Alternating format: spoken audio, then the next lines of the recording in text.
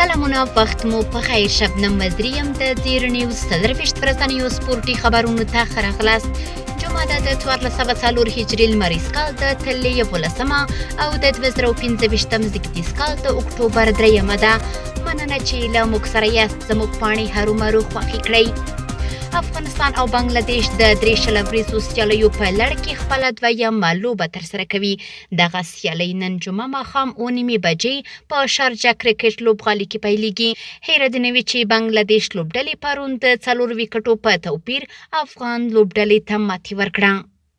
د ننګرهار ولایت په خیوي ولسوالۍ کې د شلو لوبډلو ترمنځ د ټبال کرکټ سیالۍ پیل شوې چې 15 ورځې به دوام وکړي. د دغو سیالیو لومړۍ لوبه کې سرجل مرکزي لوبډلې د 6 ویکټو په توپیر خپل سیالي زوړ کلي ځوانانو لوبډلې ته ماتې ورکړه او د سیالیو لومړۍ بریا یې خپله کړه.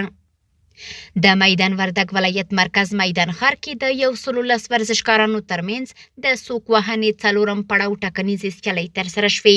د سیالۍ د نویو ځوانانو او لویانو ورزشکارانو په عمري کټګوریو کې ترسره شوې چې په پای کې 14 تنه د یاد ولایت د سوک وهنې ټاکنیزې لوبډلې ته وټاکل شول.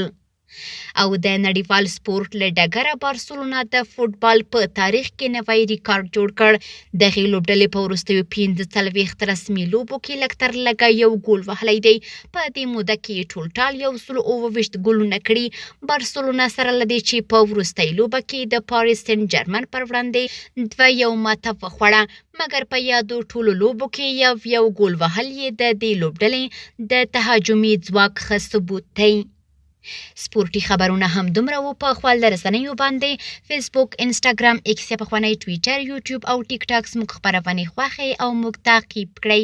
ادرس یې زیر نیوز سلرویشت. تر سبانۍ خبرونه د الله پامان.